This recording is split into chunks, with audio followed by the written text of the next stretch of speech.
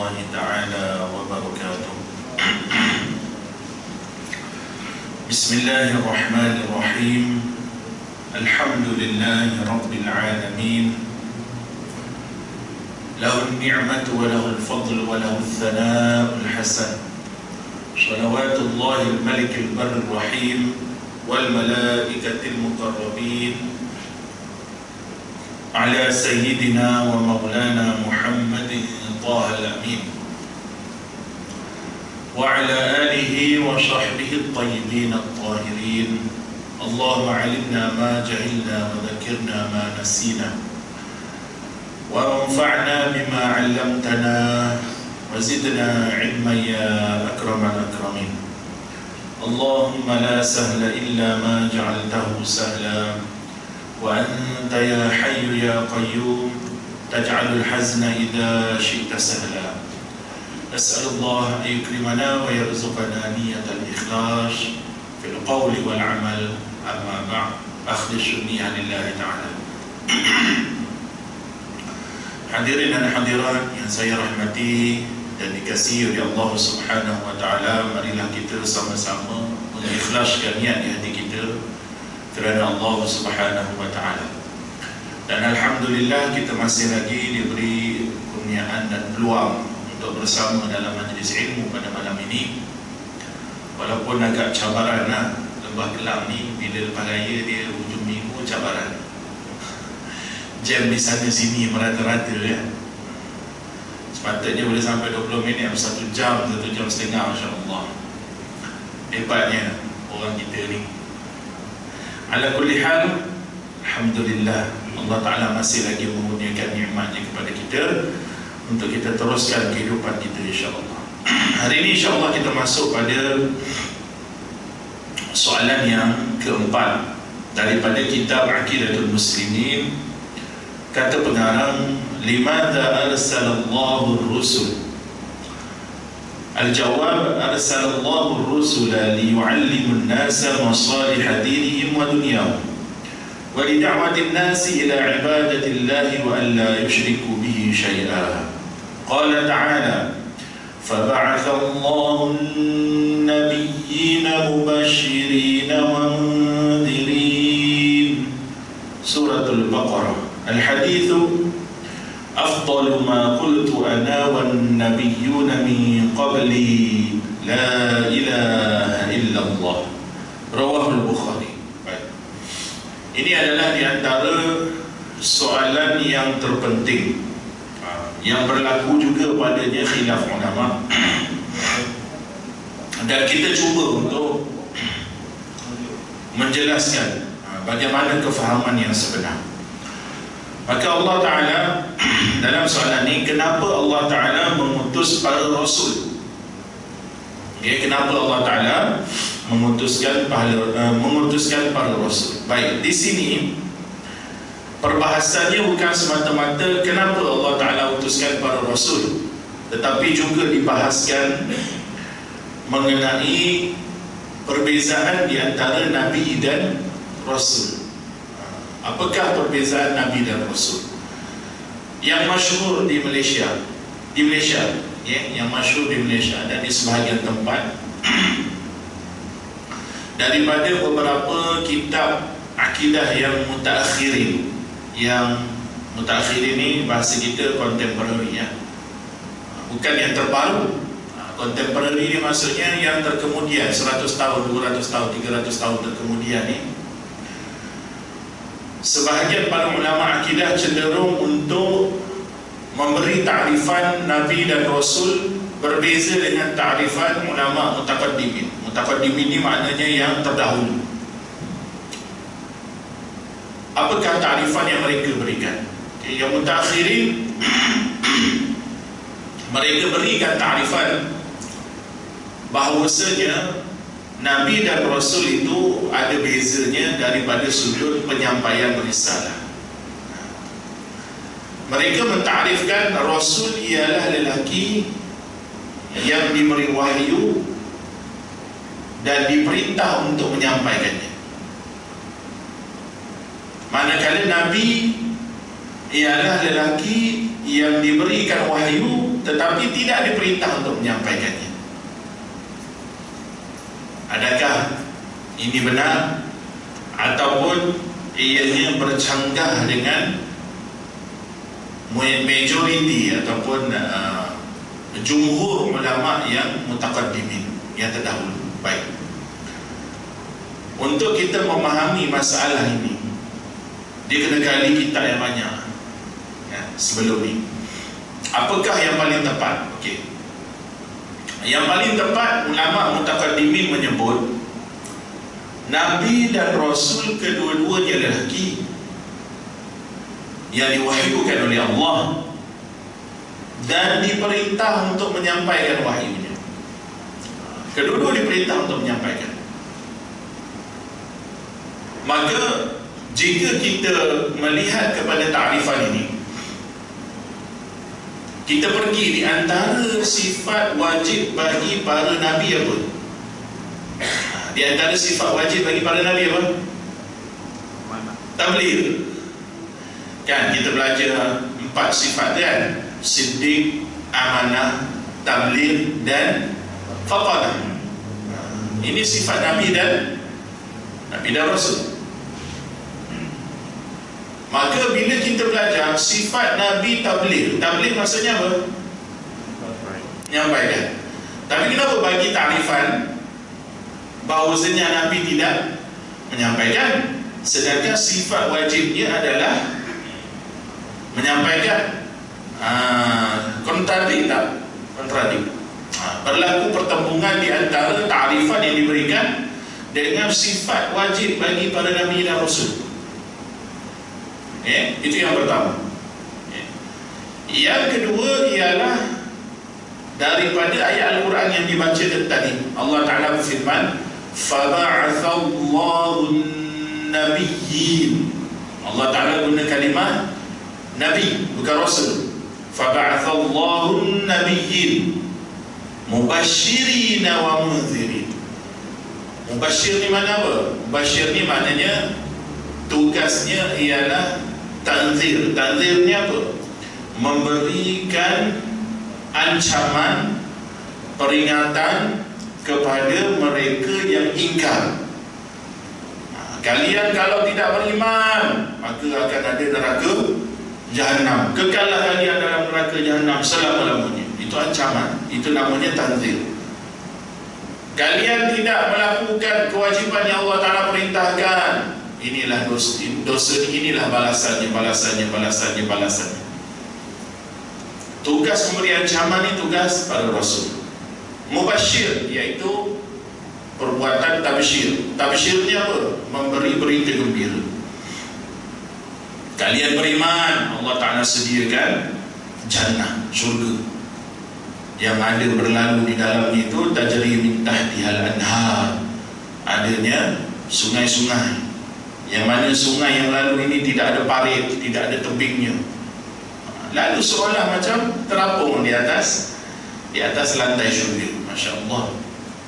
Ini adalah berita, memberikan berita, khabar gembira kepada orang-orang yang beriman.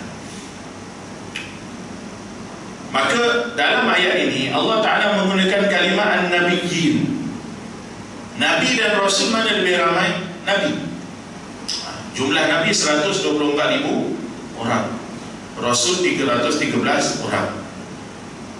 Maka setiap Rasul adalah Nabi. Setiap Nabi tidak semestinya dia Rasul.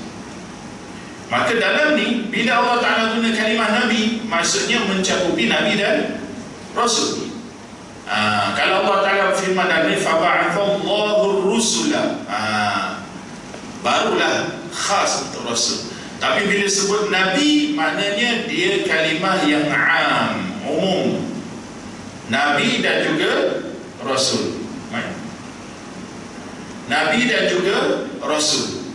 Maka Nabi dan Rasul kedua-duanya tugasnya apa? Mubashir wa munzir, menyampaikan kabar gembira dan memberikan peringatan. Bagaimana menyampaikan kabar gembira dan memberikan peringatan sekiranya tidak diperintah untuk menyampaikan? Duduk diam di rumah. Apa faedahnya wahyu diberikan untuk seseorang untuk dia diam di rumah? Tak ada faedah. Seorang lelaki yang diberikan wahyu oleh Allah, kemudian dia duduk di rumah. Aku tak diperintah menyampaikan, duduk di rumah. Maka gugur faedahnya menjadi seorang nabi sekiranya dia tidak diperintah untuk menyampaikan. Maka para nabi juga diperintah untuk menyampaikan, sama dengan Rasul, iaitu mereka mubasyir dan mereka juga munzir. Mereka sampaikan khabar gembira dan mereka juga memberikan peringatan. Tapi ada beza tak di antara Nabi dan Rasul? Ada beza. Ada beza. Para Nabi dan juga para Rasul ada beza dia. Beza dia pada apa? Beza dia adalah pada masalah tasyri', pensyariatan. Beza dia masalah pada pensyariatan. Baik, sebelum kita pergi pada perbezaan di antara pensyariatan ni, perlu kita jelaskan dan kita fahamkan bahawasanya akhir zaman ini ada kelompok-kelompok liberalism dan pluralism, yang mana mereka membawa fikrah dan ideologi kemanusiaan mengatasi keagamaan. Apa makna dia? Maknanya ialah mereka lebih mengutamakan di sisi mereka lah, di sisi mereka, di mana mereka mengatakan bahawasanya no matter what religion you are believe, I believe in humanity. So maksudnya apa? Kita nampak pada surface dia macam baik kan? Nampak pada surface dia macam baik lah. Tak kira lah kau agama apa sekalipun, kita tetap akan buat baik. Itu surface. Islam ajar tak benda ni? Islam ajar. Islam ajar kita berbuat baik kepada manusia, sama ada dia Muslim atau dia non-Muslim. Islam tak ajar kita jumpa non-Muslim kita sepak kajak dia. Tak ajar. Islam tak ajar kita jumpa non-Muslim kita tumbuk dia. Tak. Islam tak ajar kita nampak non-Muslim tepi jalan kesusahan kita tak payah tolong dia. No. Islam dah mengajarkan kita makarimul akhlak, kemuliaan akhlak. Apa yang mereka cuba ketengahkan sebenarnya? Mereka berselindung di sebalik slogan yang ni untuk menyatakan bahawasanya semua agama ni adalah sama. Ini problem. Ini problem. Dia tiada eksklusiviti di antara Islam dan juga Hindu. Tak ada eksklusiviti di antara Islam dengan Buddha. You Buddha, you Hindu, I Muslim, sama je kita. Ini suatu kenyataan yang salah dan suatu perkara yang sangat salah. Akhirnya mereka katakan tujuan matlamat kita sama, nak capai redha Tuhan. Dia guna kalimah Tuhan. Tuhan yang difahami dalam orang Islam dengan yang difahami oleh bukan Islam, keduanya adalah berbeza. Kita memahami Tuhan sebagaimana yang kita belajar dan kita tahu ni, Qul huwallahu ahad. Allah Ta'ala tiada sekutu baginya, tidak serupa dengan sesuatu, tidak serupa dengan makhluknya. Mana mungkin Tuhan sama dengan kita, bertempat, beruang, berarah, bermasa, ada anggota badan, ada muka, ada jisim, ada saiz, ukuran, warna dan sebagainya.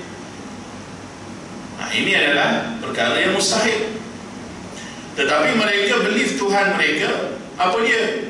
Tuhan yang ada anak, yang ada isteri, yang ada rupa bentuk, yang ada tempat khusus tertentu di kuil atau di gereja atau di rumah-rumah ibadat sembahan mereka dan sebagainya. Dia bersanggah dengan akidah kita. Sebab tu polemik sengaja ditimbulkan pada 4-5 tahun lepas kan, polemik nak menggunakan kalimah Allah dalam Bible. Sebab mereka kata bahawasanya mereka juga menyembah Allah. Silap. Mereka tidak menyembah Allah, mereka menyembah suatu entiti yang mereka namakan sebagai Allah. Mereka sembah suatu entiti. Apa entiti dia? Wallahu alam. Mereka kata Tuhan Bapa, kan? Mereka kata Tuhan Bapa, kan? Dia ada Tuhan Bapa, ada Ruhul Kudus dengan Tuhan Anak, kan? Jadi mereka kata Tuhan Bapa. Tuhan Bapa tu mereka kata itu Allah. Salah. Daripada kita salah. Sebab apa? Sebab Allah Ta'ala dah ajarkan kita Qul huwallahu ahad, Allahus samad, lam yalid wa lam yulad. Kalau mereka kata Tuhan ada anak, itu bukan Allah. Meskipun mereka namakan Tuhan mereka sebagai Allah. Keyakinan kita terhadap Tuhan yang bernama Allah adalah berbeza dengan keyakinan mereka terhadap sembahan mereka yang mereka namakan Allah. Kita menyembah Tuhan yang bernama Allah yang benar, selari dengan pegangan akidah ahli sunnah wal jamaah, prinsip-prinsip ahli sunnah wal jamaah, bukan syiah, bukan mu'tazilah, bukan mujassimah dan sebagainya. Dan kita juga tidak berpegang dengan keyakinan Tuhan yang mereka namakan Allah daripada agama-agama yang mereka katakan sebagai konon-kononnya Abraham religion. Hati-hati. Mereka kata mereka adalah Abraham religion. Sekarang ni dah ada suatu gerakan daripada kelompok ni yang masuk dalam Islam, masuk dalam institusi-institusi Islam dari pelbagai cabang. Ada yang masuk dalam cabang universiti. Dah ada lah, universiti Islam. Bukan universiti Islam UIA, bukan. Maksud saya universiti Islam. Cumalah universiti yang ada nama Islam, tetapi ajaran ni dah ada menyerap masuk di kalangan pensyarah, di kalangan tokoh-tokoh. Ada pula yang masuk dalam gerakan tasawuf tarikat pun dah ada juga. Ada juga. Ada sebahagian gerakan tasawuf tarikat yang batiniyah ni, mereka bukan tasawuf yang benar. Tasawuf adalah benar, tapi ada orang menyandarkan diri mereka kepada tasawuf. Hakikatnya mereka tidak membawa tasawuf yang benar, tarikat yang benar. Jadi kita tak boleh kita kata tarikat, semua tarikat betul. No. Tarikat ada yang benar, ada yang salah. Kita bukan macam satu kelompok W tu. Kelompok W tu, kelompok Wahabiyah ni contohnya, mereka kata apa? Semua tarikat sesat. Kita bukan begitu. Kita ahli sunnah wal jamaah. Kita bertasawuf dengan jalan Imam Al-Ghazali dan Imam Junaid Al-Baghdadi. Kita berpegang bahawasanya tarikat Naqsyabandiyah benar, tarikat Rifa'iyah benar, tarikat Qadiriyah benar, dan sebagainya. Tetapi ada kelompok yang menyandarkan kepada Naqsyabandi. Contoh. Sebab apa? Sebab mereka tahu bahawasanya di antara kekuatan umat Islam adalah kewujudan tasawuf ini. Kita punya pemimpin-pemimpin kemerdekaan dahulu, pejuang-pejuang tanah air kita daripada dahulu, Tok Kenalinya dan sebagainya, Tok Janggutnya dan sebagainya, mereka semua terdiri daripada mereka yang beramal dengan tasawuf dan tarikat, yang berpegang dengan akidah yang benar dan syariat yang benar. Pernah kita dengar cerita Tok Kenali tak semayang? Mana ada? Tak ada. Pernah kita dengar cerita Tok Kupaloh tak semayang? Mana ada? Tapi sebahagian golongan mutakhirin yang telah dibela dan di brainwash dan ditarbiah dengan tarbiah barat. Tarbiah apa? Tarbiah barat. Mereka ni hakikatnya adalah kuncu-kuncu barat yang masuk dalam tasawuf. Kita jangan lupa kisah Snoop. Snoop adalah salah seorang daripada orientalis barat berketurunan Belanda yang berjaya memporak-perandakan Indonesia, Aceh khususnya. Snoop Arcangel. Kalau nak cerita Snoop ni, kalau dia punya ilmu lebih lagi pada saya, lebih lagi pada saya. Syair Arab selamba dia macam berpantun dia. Snoop ni dia punya hebat keilmuan agama ni. Jawab surat berbalau, siap dengan introduction, alhamdulillah, selawat ke atas Nabi semua. Orang tanya dia hukum agama Islam. Mufti pada zahir, kan? Tapi hakikatnya dia adalah musuh Islam. Maka kita jangan pelik dan jangan hairan bahawasanya musuh Islam akan guna semua channel masuk dalam masyarakat untuk merosakkan masyarakat. Antaranya masuk melalui channel tarikat dan tasawuf juga. Akhirnya ada sebahagian daripada mereka ni yang kata bawa ajaran, antara apa ajaran mereka? Mereka kata akhirat kelak, neraka tak kekal. Ada sebahagian yang kata neraka tidak kekal, neraka akan binasa, manusia ni semua lepas diazab akan masuk dalam syurga Allah walaupun dia orang kafir. Perkataan mereka ni membawa kepada natijah apa? Kalau semua orang bakal masuk syurga, kalau semua orang bakal masuk syurga walaupun diazab, meskipun dia kafir, kenyataan dia bawa natijah apa?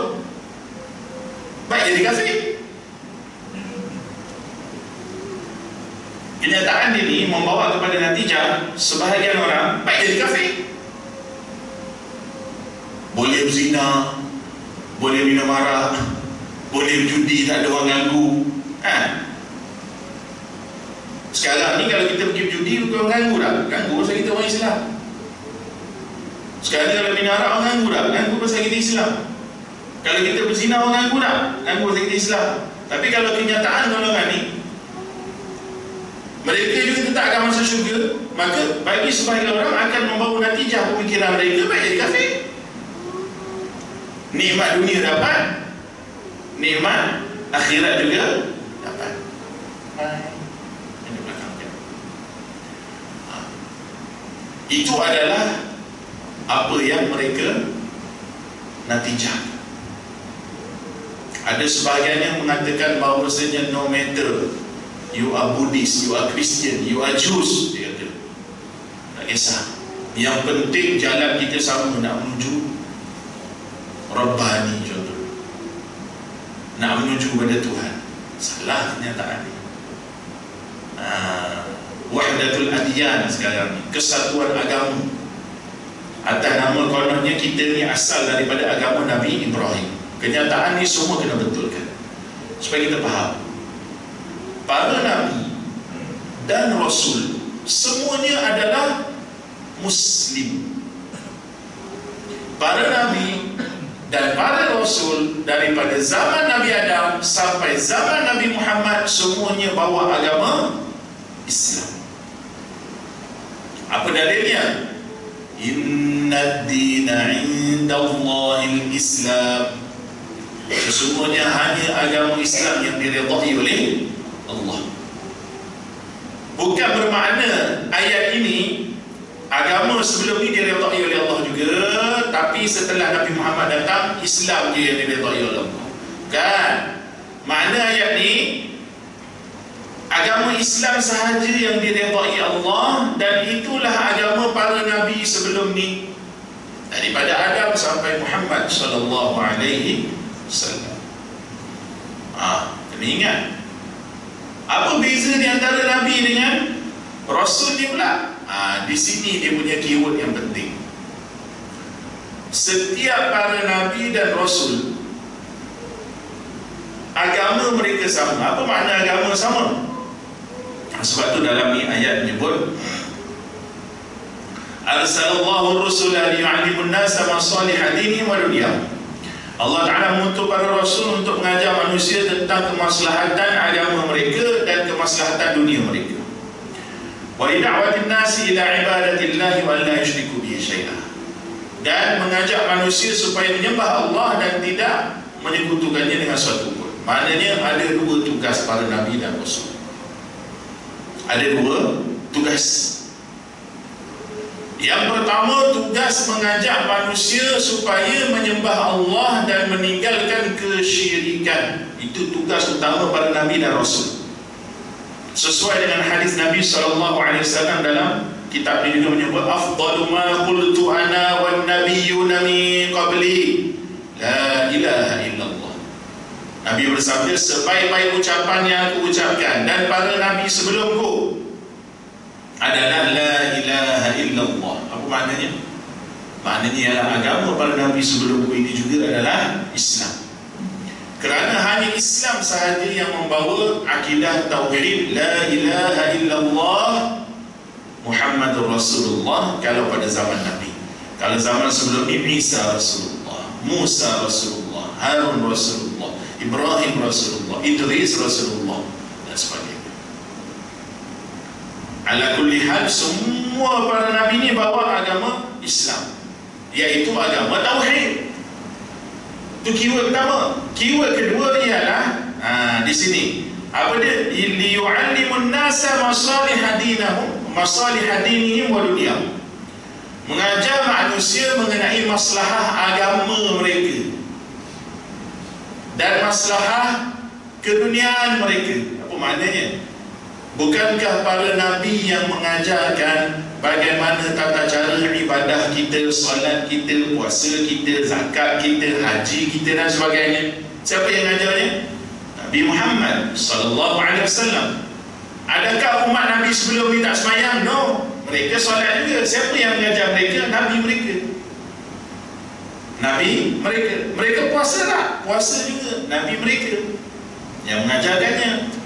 Allah Ta'ala berfirman apa? Kutiba alaikumus siyam kama kutiba ala alladhina min qablikum. Maknanya umat dahulu juga puasa, umat dahulu juga solat. Dari mana kita tahu? Umat Nabi Musa AS contohnya pada malam Mi'raj, Nabi jumpa dengan Nabi Isa dan dengan Nabi Musa berapa kali tu? Turun naik, turun naik. Nabi Musa kata apa? Umat ni 2 kali je solat sehari.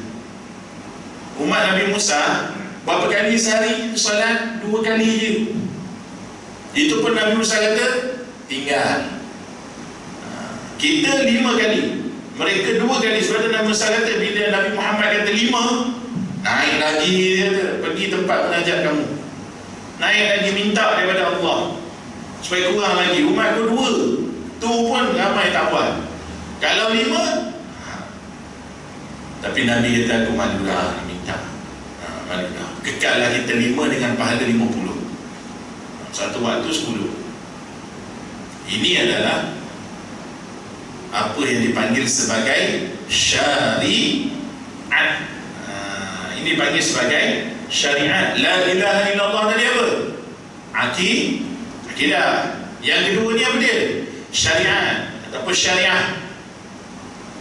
Dan juga wadunyahum, dan juga masalah keduniaan. Apa dia? Macam mana nikah kahwin, macam mana cerai, macam mana rujuk, macam mana muamalah jual beli, sewa, hutang piutang. Macam mana kalau orang ni mencuri, potong tangan ke tak potong tangan, kalau orang ni berzina, kalau orang ni membunuh. Itu semua masalah keduniaan.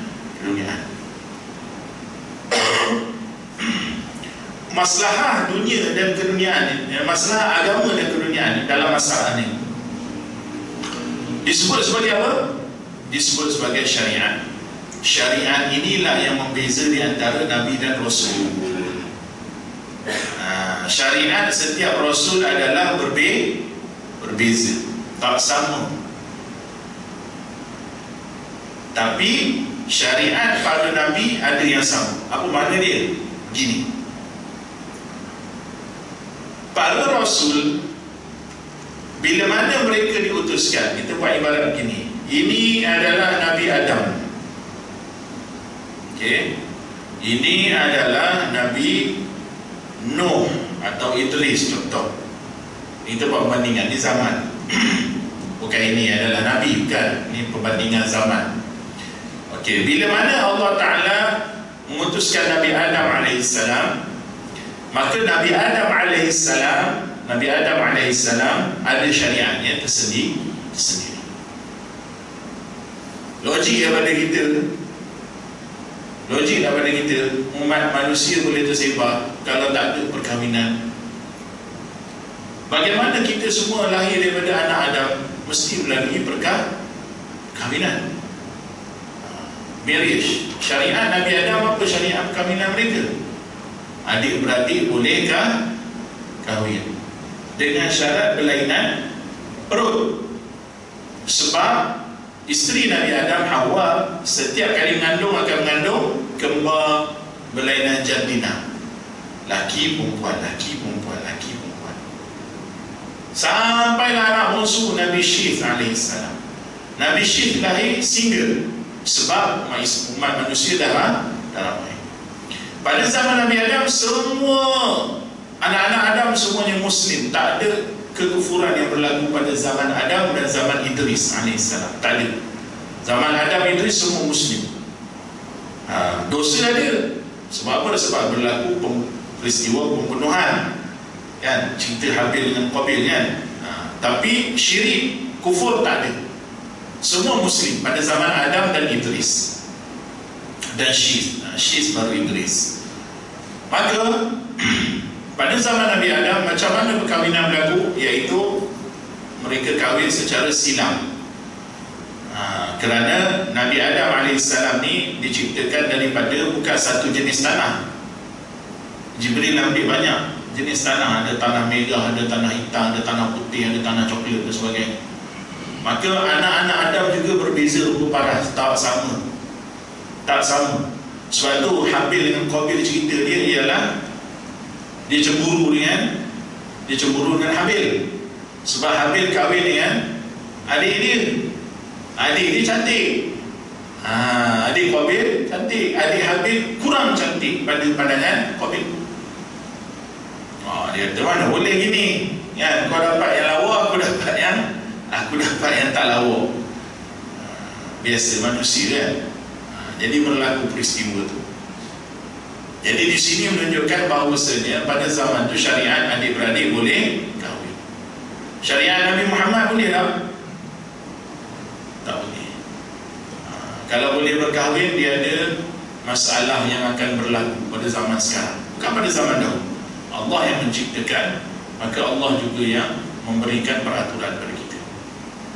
Dia ada satu kisah di negara barat. Ada satu manusia ni dengan isteri dia, dia kahwin dengan mereka sama mereka. Apa dia? Ya kot. Mormon apa nama. Dan ada kajian mengenai mereka. Yang dia laki ni, dia kahwin dengan anak dia sendiri. Anak dia dapat cucu, dia kahwin dengan cucu dia pula. Tapi berlaku problem genetik. Berlaku problem genetik. Anak dia ada yang cacat, ada yang tubuhnya sengit sebelah, ada yang matanya juling ke sana, juling ke sini. Otaknya bila umur dah dewasa pun macam budak-budak. Ada banyak kecacatan yang berlaku. Tapi pada zaman dahulu syariatnya boleh kahwin adik-beradik. Maka Allah yang menciptakan, Allah yang memberikan syariat, dan Allah juga yang memberikan hikmahnya. Pada zaman dahulu boleh kahwin adik-beradik, pada zaman sekarang tak boleh. Maka Nabi dan Rasul apa beza dia? Baik. Rasul dengan Rasul, bila diutuskan Rasul yang baru, Rasul akan memasukkan syariat Rasul sebelumnya, sama ada keseluruhan atau sebahagian. Rasul akan masukkan syariat Rasul sebelumnya. Tapi in between Rasul dengan Rasul ada Nabi dah. Ada, ramai. Antara Musa dengan Isa pun ramai Nabi, kan? Rasul dengan Rasul ramai, dan Nabi dengan ramai. Dan Nabi paling ramai daripada kalangan Bani Israel. Bani Israel bangsa yang paling ramai Nabi diutuskan, dan bangsa paling ramai bunuh Nabi. Bani Israel bangsa paling ramai Nabi diutuskan, dan bangsa paling ramai Nabi dibunuh. Mereka ni suka bunuh Nabi. Ada tempat khas untuk bunuh Nabi. Bani Israel ni jahat mereka. Maka Nabi dengan Rasul beza dia ialah Nabi dia follow Rasul yang sebelumnya. Contoh Rasul A. Setelah kewafatan Rasul A dia ada syariat dia, kan?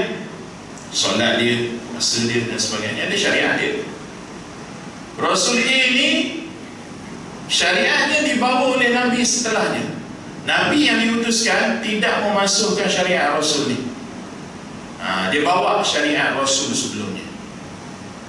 Kemudian sampailah diutuskan seorang lagi Rasul, yang mana Rasul ni akan memasukkan syariat Rasul sebelumnya.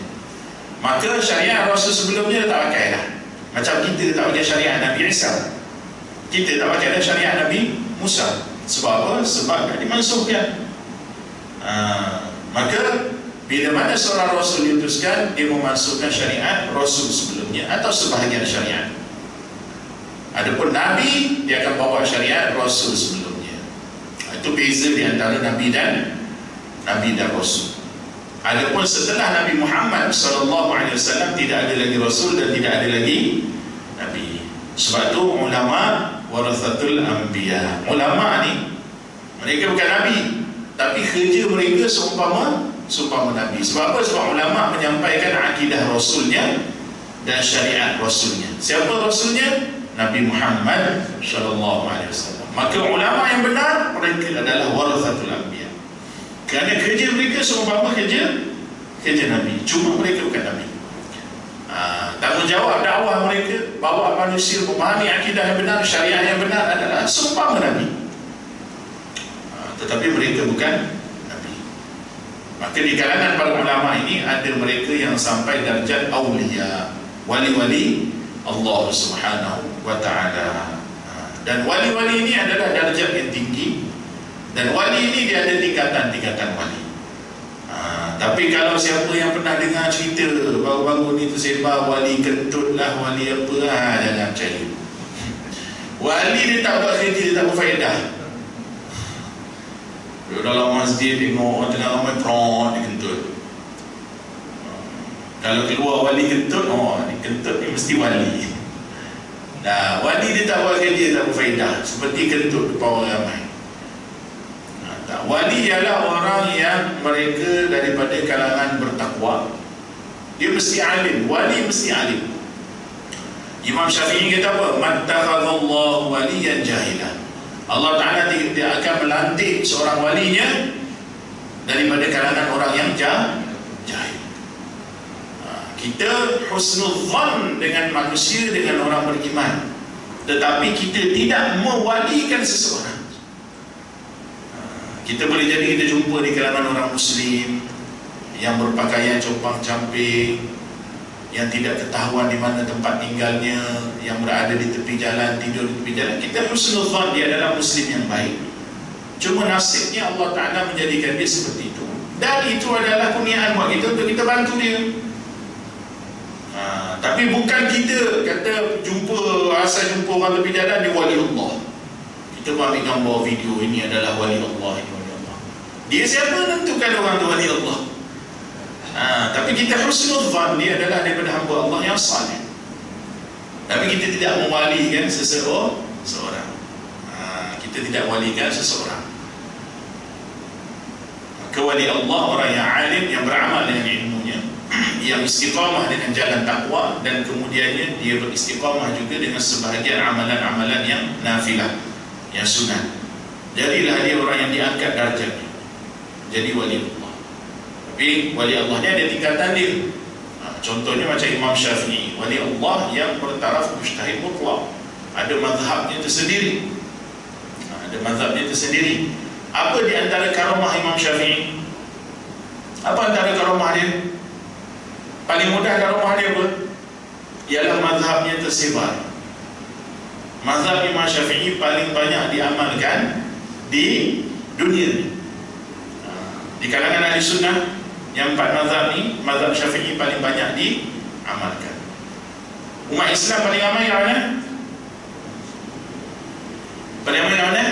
Indonesia. Mazhab Indonesia ramai ni mazhab apa? Syafi'i. Malaysia Syafi'i. Mesir Syafi'i. Jordan Syafi'i.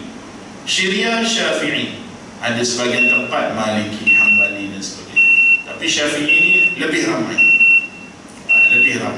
Itu adalah di antara karamahnya. Itu menunjukkan bahawasanya Imam Syafi'i adalah wali Allah. Dan Imam Syafi'i disebut oleh Nabi SAW. Dalam satu hadis Nabi menyebut, la tasubul Quraisy, jangan kamu caci maki orang Quraisy, fa inna 'alimaha yamla'ul ardh, yamla'u tibaqal ardh. Sesungguhnya akan datang suatu orang alim daripada kalangan Quraisy, iaitu Imam Syafi'i. Kerana tak ada imam-imam yang lain daripada Quraisy. Arab ada tapi bukan Quraisy. Imam Syafi'i Arab dan Quraisy. Tempat asal Imam Syafi'i adalah di Makkah. Sebab itu kalau kita baca sejarah Imam Syafi'i, lahir di Palestin, Gaza, tapi dibawa pulang ke Makkah oleh maknya. Belajar di Makkah, kemudian belajar di Madinatul Munawwarah dengan Imam Malik radhiyallahu ta'ala anhu. Maka Imam Syafi'i adalah, sebagai ulama kata, Imam Syafi'i adalah dimaksudkan di hadis Nabi kerana Imam Syafi'i adalah Quraisy. Maka itu adalah antara karamah Imam Syafi'i. Antara tanda seorang tu wali apa dia? Ada karamah. Dan karamah tidak akan bercanggah dengan ketakwaan orang tu. Kalau kita nampak orang terbang atas udara, jalan atas air, kan? Tapi malam pukul 12, pukul 1 dia masuk kelab malam. Minaya contoh. Buat maksiat, berjoget dan sana dan sebagainya di kelab malam. Orang tu wali ke tak? Wali tu wali syaitan. Wali ni mesti dia berselari dirinya, perjalanan dia, perbuatan dia, akidah dia dengan ahli sunnah wal jamaah. Takkan ada wali di kalangan orang yang tidak benar. Kerana wali ini adalah membawa ajaran Nabi SAW. Tak mungkin wali kubar jalan air, hilang tiba-tiba muncul ke sana, tiba muncul ke sini, tapi amalannya bercanggah dengan Al-Quran dan Sunnah, maka itu bukan wali. Itu adalah kuali. Tahu kuali? Itu adalah kuali, tempat goreng. Sebab tu cakap dia goreng-gorengnya. Kalau jumpa dekat kedai kopi, cakapnya goreng. Goreng sana sini. Apa kita nak semayang zikir dalam mereka ni sebagian. Itu kuali, bukan wali. Itu kuali. Baik, sampai sini saja untuk malam ni. Barakallahu fikum, jazakumullah ta'ala kulla khair. Ada soalan? Ya. Kena tak dengar.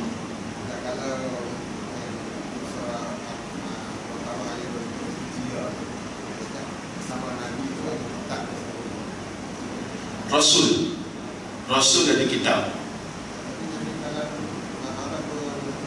Aha.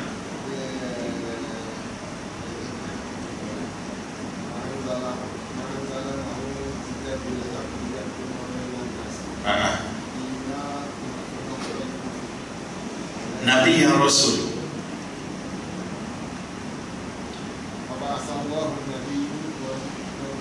Basyirin wa munzirin.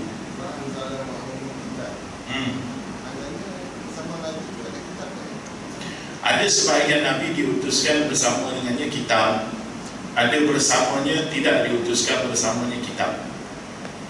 Kerana jumlah kitab yang dalam kitab-kitab akidah menyebut keseluruhan kitab yang Allah Ta'ala turunkan adalah 104. Empat yang masyhur, iaitu Quran, Taurat, Injil dan Zabur. Baki 100 adalah suhuf, dalam bentuk suhuf, lembaran-lembaran, bukan kitab yang sempurna.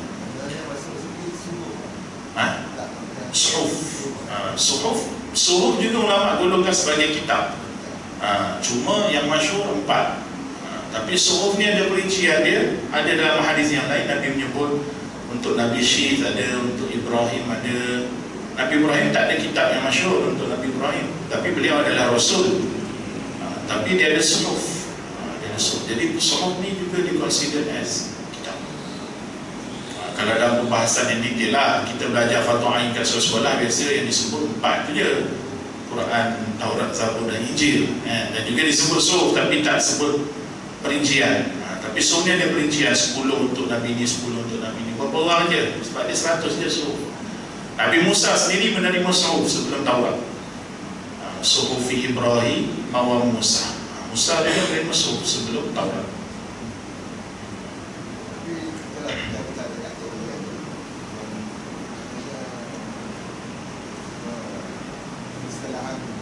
Nabi dan Rasul.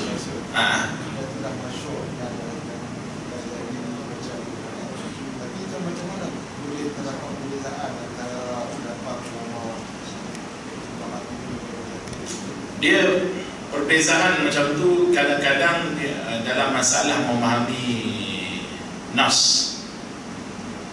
Anda pun tak pasti kenapa berbeza, tetapi anda belajar apa yang berbeza.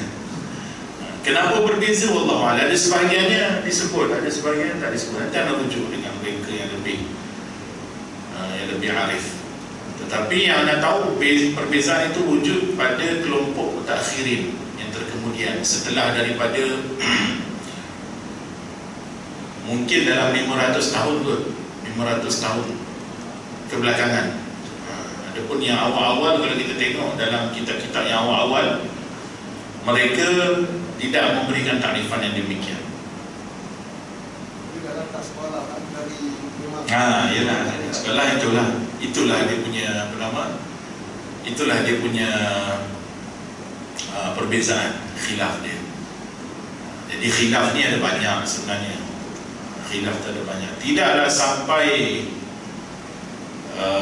murtad, sebab mereka yang kata dengan takrifan yang kemudian pun mereka kata Nabi ni kalau dia jumpa orang dia akan dakwah, dia tak akan membiarkan seseorang itu dalam kesesatan. Itu Nabi. Itu syarahan daripada mereka. Cuma dia tidak diperintah. Dia tidak diperintah, tapi bukan bermakna kalau dia jumpa orang buat sesat dia akan diam. Biarlah dia, aku tak diperintahkan maka aku biar aja. Tak. Itu syarahan yang anda dengar daripada para ulama yang berpegang dengan mutakhirin ini. Dia kata bukan makna tidak diperintahkan untuk menyampaikan, bermakna mereka duduk rumah dan bila mereka keluar rumah mereka nampak orang-orang yang buat kesesatan, mereka akan berdiam diri. No.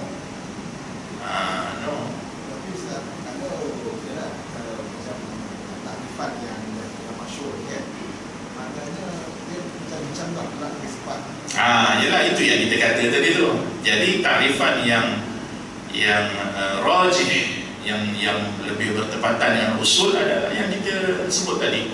Nabi dan Rasul dua-dua diperintah untuk menyampaikan. Beza dia hanyalah daripada sudut syariat, bawa syariat baru ataupun membawa syariat Rasul sebelumnya. Itu je beza dia di antara Rasul dan Nabi. Kalau Rasul sama ada dia masuk syariat Rasul sebelumnya seluruhnya seperti Nabi kita Muhammad, ataupun dia masuk sebahagian syariat Rasul sebelumnya. Macam kisah Nabi Musa AS dengan Yusha'. Yusha' ni pengikut, dia bersama dengan Nabi Musa. Waktu Nabi Musa nak jumpa dengan Khidir AS, jadi Nabi Musa ni bawa satu pembantu pergi travelling dengan dia. Maka travelling dengan dia, jadi Yusha' bawa barang-barang dengan Nabi Musa AS. Kemudian dia berhenti di satu tempat di tepi laut.